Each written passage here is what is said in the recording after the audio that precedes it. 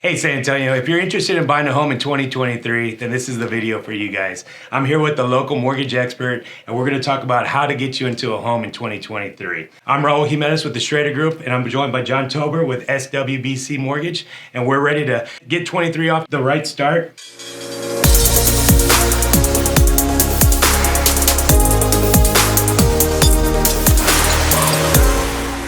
So, John, help me out here. Interest rates, we've heard a lot in the market about them going up, and then we also started hearing that they've been on the fall towards the end of 2022. So what are we looking at right now? What kind of opportunities are out there? You know, the opportunities, it's such a really great word right now because the market's changed so much. Mm-hmm. Like, we think about what's happened over the last couple of months in 2022, it's a shift, right? So. Sure. A lot of changes with not only mortgage rates getting more attractive, but the opportunities to buy for today's buyer is wide open. And so here's what that looks like. We're starting to see buyers that are buying homes for the first time seeing a little more flexibility with credit. And what that looks like is monthly payments. So okay. Like in the past, conventional, what a great product, but it's very vanilla. So you have to have some really high scores to get the best rates, the best mortgage insurance. And what we're starting to see is conventional starting to loosen that up a little bit and compete a little more with FHA. And that's a big deal because, as a realtor, if you have a FHA loan and you have a conventional loan pre-approval come in, sure. What is that, as far as strength, if they're exactly the same, what would be your opinion if you're selling a house? Sure. I mean, if I'm going to get my, 2 cents, I'm going to probably lean the conventional route just because it's a little bit stronger. It's not necessarily backed up by must meet appraisal on the, resale side. All things being equal, I'm going to probably lean towards the conventional route. Yeah, exactly. There's less restrictions on property conditions. The cool thing about conventional, what this is doing is it's giving buyers another opportunity to buy. Along with down payment assistance. So we're going to talk a little bit about first-time buyers. Okay.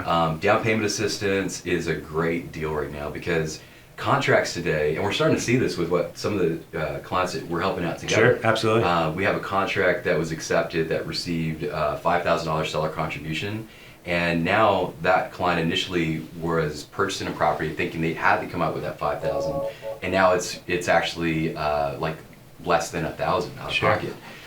So the beauty of that is it allows the buyer to either put those additional savings in a oh crap account, right? So you're buying a house for the first time, you don't really know what's going on. So that's a great positive.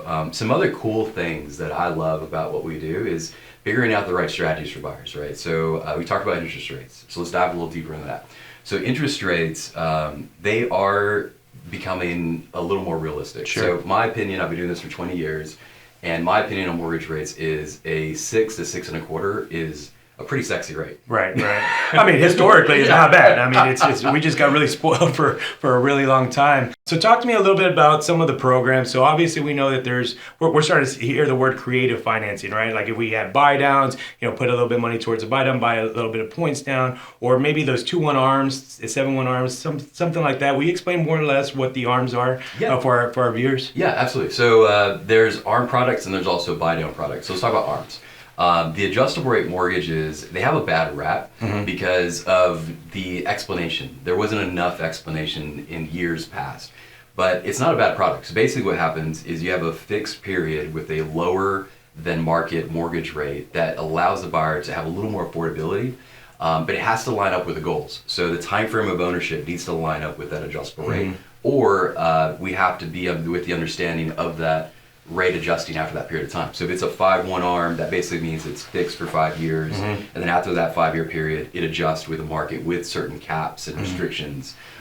So the beauty of what an ARM does is it allows us to hedge the market in the event mortgage rates do drop further, and allows them an opportunity to have a lower rate initially, and then later refinance into a fixed lower mortgage rate. So adjustable rates are really good. The other thing you touched on is buy downs. Right. So buy downs, there's a permanent buy down and then there's a temporary buy down. And the difference of the two is exactly the way it sounds. So a permanent buy down is that rate permanently bought down for the duration of the loan. A temporary buy down is like a 2-1 buy down or a 3-1 buy down that temporarily buys the rate down for that 2-year period or that 3-year period. So let's say rates are at 6.5 and you were doing a 2-1 buy down. So what that looks like is for the first year, that rate's going to be 2% below that 6.5. So we're at 4.5 first year. Second year, we're at 5.5, and then third year and thereafter, you're at a 6.5 rate, which is where things are. Right. Going back to hedging the market and having some thought process and finding strategies to wait for that refinance, this is where those opportunities lie. But the goals are important. Sure. You have to have the right conversation with the right lender, because it's not about just going directly to one product.